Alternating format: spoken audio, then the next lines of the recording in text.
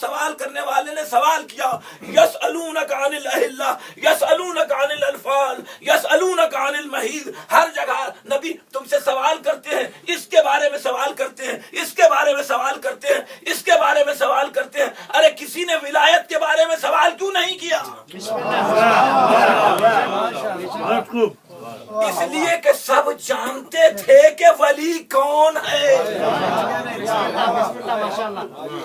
اور پہلے دن سے جس دن پیغمبر نے اعلان کیا گھر والوں میں، دیکھیے تاریخ ایک ایسا ریکارڈر ہے کہ چھوٹتا نہیں ہے، کچھ لکھ جاتی ہے، اور جب لکھ گیا تاریخ کے اندر تو لاکھ بدلنا چاہے مگر بدلا نہیں جا سکتا۔ ہمارے یہاں جو کتب خانے ہیں ہندوستان میں، پرانے کتب خانے، اس میں پرانی کتابیں ہیں، تو یہ چاہا گیا کہ پرانی کتابیں جو پرانے پبلشرز ہیں ان کو بدل دیا جائے، لہذا رجوع کیا لائبریرین سے، کہا آپ کی پرانی کتابیں بوسیدہ ہو گئی ہیں، ان کو آپ نکال کے ادھر کریں، ہم بدل کے دوسری دے دیتے ہیں تاکہ آپ کے پاس سند نہ رہے کہ پرانے پبلیکیشن میں کیا موجود ہے۔ بسم اللہ۔ مگر ہمارے یہاں کے علماء اور ہمارے یہاں کے لائبریرین جو ہیں، اور جو میں بات کہہ رہا ہوں یہ بہت اہم ہے کہ آپ جا کے معلوم کریں ہندوستان میں، انڈین سب کانٹیننٹ پر، کہ بڑی کوششیں کی گئیں، ان سلفیین نے بڑی کوشش کی کہ وہ کتابیں مفقود ہو جائیں، مگر اللہ نے ہمارے علماء پہ رحم کیا کہ ہمارے علماء نے بھی انہی کی کتابیں دوبارہ پبلش کر دی، تاکہ قیامت تک سند رہ جائے کہ اس میں جو لکھا ہے وہ لکھا موجود ہے، تم لاکھ مٹانا چاہو مگر وہ مٹ نہیں سکتا، اس لیے کہ وہ تاریخ سند دے گئی ہے۔ عزیزوں اور دوستو، تو اب تاریخ میں یہ بات موجود ہے کہ پیغمبر نے جب یہ کہا، جہاں آیت آئی اور حکم ہوا انذر عشیرتک الاقربین، تم اپنے قربا کو بلاؤ، قرابت داروں کو بلاؤ، ان کو ڈراؤ، گھر والوں کو ڈراؤ، تو گھر والے جب ڈرانے کے لیے بلائے گئے تو ابو لہب نے بڑی کوشش کی، پہلے دن کوشش ہوئی، دوسرے دن کوشش ہوئی، 2 دن تک ابو لہب یہ چاہتا رہا کہ سرکار ختمی مرتبہ گفتگو نہ کر سکیں، بول نہ سکیں۔ تیسرے دن ابو طالب کھڑے ہو گئے،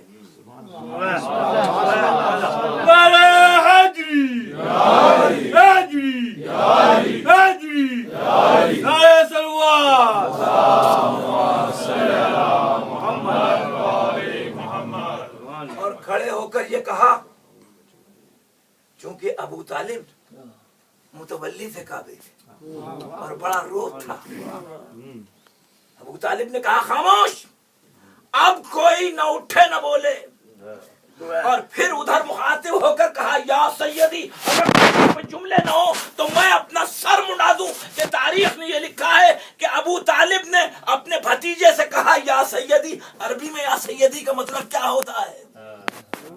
اے میرے سردار، اے میرے سردار، آپ جو کہنا چاہتے ہیں وہ کہیں، اب کسی کی مجال نہ ہوگی کہ وہ بول سکے۔ پیغمبر نے کہا میں تمہارے لیے پیغام لایا ہوں، اور وہ بات کہہ دی اور کہا آج جو میری حمایت کرے گا وہ میرا وزیر ہے، میرا وصی ہے، میرا خلیفہ ہے، میرا جانشین ہے۔ کھڑا ہوا کون؟ وہی ابو طالب کا بیٹا۔ نعرہ حیدری۔ تاریخ نے لکھا ہے، مٹا نہیں سکتا کوئی، ڈینائی نہیں کر سکتا۔ ابو طالب کا بیٹا کھڑا ہوا، ایک بار کھڑا ہوا، پیغمبر نے کہا بیٹھ جاؤ، پھر کھڑا ہوا، پیغمبر نے کہا بیٹھ جاؤ، پھر کھڑا ہوا، پیغمبر نے کہا بیٹھ جاؤ، تاکہ تاریخ میں یہ ریکارڈ رہ جائے کہ ہم چاہتے ہیں شاید کوئی اور آ جائے۔ اس وقت کوئی نہ آیا اس منزلت پر، چونکہ بات قریبیوں کی تھی، بات قرابت داروں کی تھی، پتا چلا کہ صرف قرابت داروں ہی میں سے ہو سکتا ہے، اور چونکہ قرابت دار تھے وہاں، تو اب میں نے جو آیت پڑھی ہے جس کا تتمہ ہے جو میں پیش کر رہا ہوں، یوں ہی نہیں پڑھی ہے، ذرا بلند آواز سے صلوات پڑھ لیں۔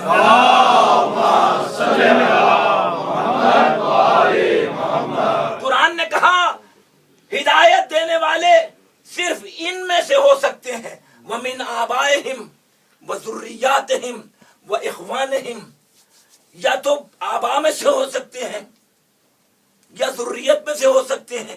آبا جا چکے، ذریت میں کچھ ایسے ہیں کچھ ویسے ہیں. اور اس کے بعد فوراً کہا وإخوانہم، یا بھائی ہو تو یا تو موسیٰ کا بھائی ہارون ہوا یا محمد کا بھائی علی ہوا. نعرہ حیدری. اور اس کے لیے بھی اختیار نہیں ہے نبی کو بھی، بڑی ذمہ داری سے کہہ رہا ہوں، نبی کو بھی اختیار نہیں ہے، رسول کو بھی اختیار نہیں ہے. جو اللہ سے مسلسل ہم کلام رہتا ہے، اللہ اس سے ہم کلام رہتا ہے، اس کو بھی اختیار نہیں ہے. جب اس نے چاہا تو اللہ کے حضور میں کہا ربی اشرح لی صدری ویسر لی امری، پروردگار میرے سینے کو کھول دے. مسلمانوں سے پوچھو، رسول کا سینہ تو جبرائیل سے کھلوایا، موسیٰ کا سینہ کس سے کھلوایا؟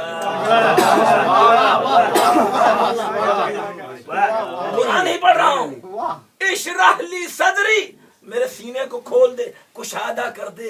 یہ کہہ رہے ہیں اس کشادگی کا مطلب یہ ہے کہ میرے سینے میں اگر علم کم ہے تو اپنے علم میں سے کچھ پہنچا دے مجھ تک. وَيَسِّرْ لِي أَمْرِي، میرے امر کو آسان کر دے.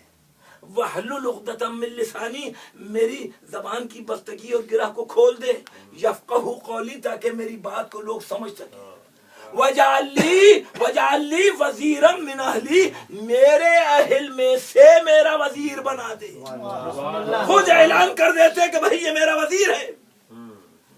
اور نام بھی بتا دیا، ہارون اخی، میرے بھائی ہارون کو میرا وزیر بنا دے. اشدد بہ اذری واشرکہ فی امری، تاکہ میری کمر کا بوجھ کم ہو جائے، میرے امر میں اس کو شریک کر دے.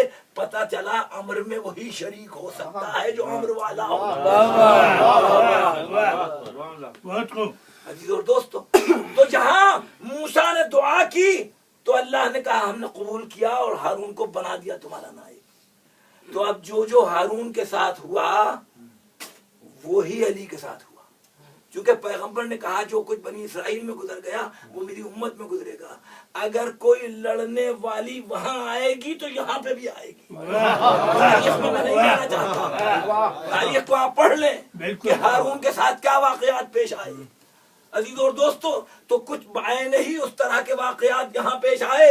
میں کہنا یہ چاہتا ہوں کہ وہاں بھی دعا کی اللہ سے، یہاں بھی دعا کی. صلوات پڑھنے بلند آواز.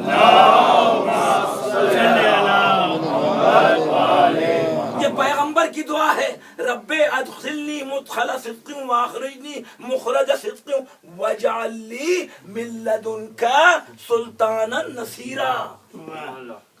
اپنے پاس سے مجھے ایک سلطان نصیر دے دے.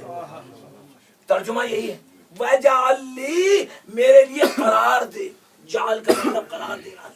جیسے کہا انی جاعل فی الارض خلیفہ، میں زمین پر مقرر کرنے والا ہوں خلیفہ. تو یہ کہہ رہے ہیں کہ میرے لیے مقرر کر دے اپنے پاس سے، من لدنک سلطانا نصیرا. نصیر کا مطلب کیا ہے؟ ناصر نہیں کہا، ناصر بس ابھی مدد کرنے والا ہے. نصیر وہ ہے جس پہ زمانے کی قید نہیں ہے، جو پہلے بھی مدد کرتا رہا ہے، اب بھی مدد کرے گا، آگے بھی مدد کرتا رہے گا. نصیر وہ ہے جس نے انبیاء کی مدد کی، اوصیاء کی مدد کی، سرکار ختم مرتبت کی مدد کی، آگے قیامت تک مددگار رہے گا. اس لیے ہم بھی نصیر کو پکارتے رہتے ہیں. ماشاءاللہ، بے شک بے شک. اور اللہ نے دیا بھی تو اپنے گھر سے دیا. اور ہاتھوں پہ پیغمبر لے کر جب آئے تو مولا نے کہا اللہ کے رسول، دیکھیے یہ جو لا الہ الا اللہ پڑھتے ہیں، لا الہ الا اللہ پڑھتے ہیں، عزیزوں اور دوستو، یہ کلمہ کس کا ہے؟ لا الہ الا اللہ توحید کا کلمہ. اور محمد الرسول اللہ جو کلمہ دنیا پڑھتی ہے، یہ کلمہ ہے علی کا. چونکہ سب سے پہلے آغوش پیغمبر میں آنے کے بعد یہ کہا اللہ کے رسول محمد الرسول اللہ حکم فرمائے بعد تسلیم کہ میں کیا پڑھوں. تو کیا پڑھا؟ قرآن. اور سورہ کون سا پڑھا؟ المومنون. بسم اللہ الرحمن الرحیم، قد افلح المومنون. الذین هم فی صلاتهم خاشعون. خدا کی قسم اس کے اوپر گفتگو ہوگی 11 اور 12 محرم کو مجھے موقع ملے گا تو میں تفصیل سے بیان کروں گا المومنون کی ابتدائی آیتوں میں کہ اللہ کس طرح کی مومن آپ کو بنانا چاہتا ہے. عزیزو دوستو بات یہاں تک پہنچ گئی نا ماشاءاللہ. بسم اللہ کہ اللہ نے کہا کہ میری اطاعت کرو تو وہ تو آتا نہیں ہے جو بتائے کیسے کرو. لہذا اس نے دیکھا کہ دیکھو انہیں پہچانو مجھے, دیکھو انہیں پہچانو مجھے. اطیعوا اللہ و اطیعوا الرسول, میری اطاعت کرو ان کے حوالے سے. تو اب ان کا حوالہ تو دنیا نے ایسا کر دیا کہ رسول ایسے بھی تھے ویسے بھی تھے, نہ جانے کیسے کیسے تھے. تو پتہ چلتا کہ رسول کیسے تھے, اس لیے چھوڑ کر چلے گئے. اس لیے جب ظاہرہ حکومت مولا کے ہاتھ میں آئی ہے اور مولا نے نماز پڑھائی ہے تو کسی نے کوہنی مار کے برابر بھائی سے کہا آج ایسی نماز ہوئی جیسے رسول نے پڑھائی. یہ کون نماز پڑھا رہا ہے؟ پوچھنے والے نے پوچھا, چونکہ بینائی نہیں تھی تو اس برابر والے نے کہا آج علی ابن ابی طالب پڑھا رہے ہیں. پتہ چلا کہ رسول کے چلے جانے کے بعد نماز بھی ویسی نہ رہی ہے. دوستو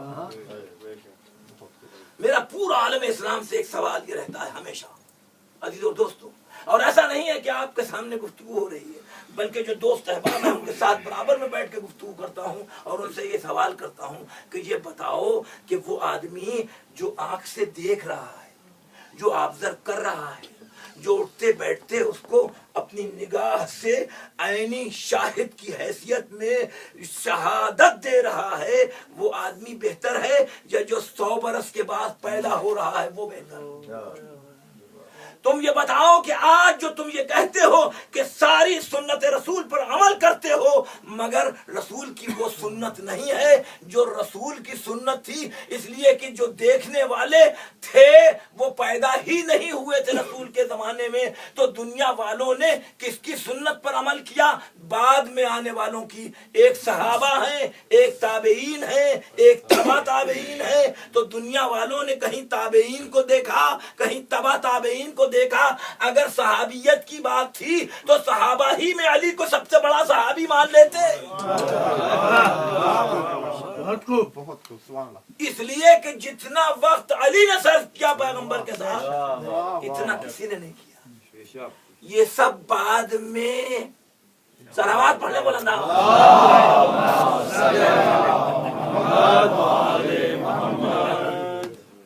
تو اطاعت کا حکم ہے اطیعوا اللہ و اطیعوا الرسول و اولی الامر منکم. انہوں نے کہا کہ اولی الامر سے مراد تمہارا حاکم ہے, جو بھی حاکم ہے. تو نتیجہ یہ ہوا کہ اب آپ جس کو چاہیں اطاعت میں لے آئیں. تو کبھی فہد کی اطاعت کریں, کبھی خالد کی اطاعت کریں, کبھی ضیاء الحق کی اطاعت کریں, کبھی ضیاء الباطل کی کریں اور کبھی مشرف کی کریں, اس لیے کہ سب اپنے اپنے وقت میں اولی الامر ہیں. اس لیے اللہ نے کہا خبردار ایسا ہونا چاہیے جیسا میرا رسول ہے. اٹھے تو رسول کی طرح, بیٹھے تو رسول کی طرح, سوئے تو رسول کی طرح. رسول کی زندگی ہی میں شبیہ بنا کے دکھا دوں گا. چادر اوڑھ کے جب لیٹے گا تو سب یہ سمجھیں گے رسول لیٹا ہے. عزیز اور دوستو, اور ساری دنیا گواہ ہے کہ کہیں کفار و مشرکین کو شک ہوا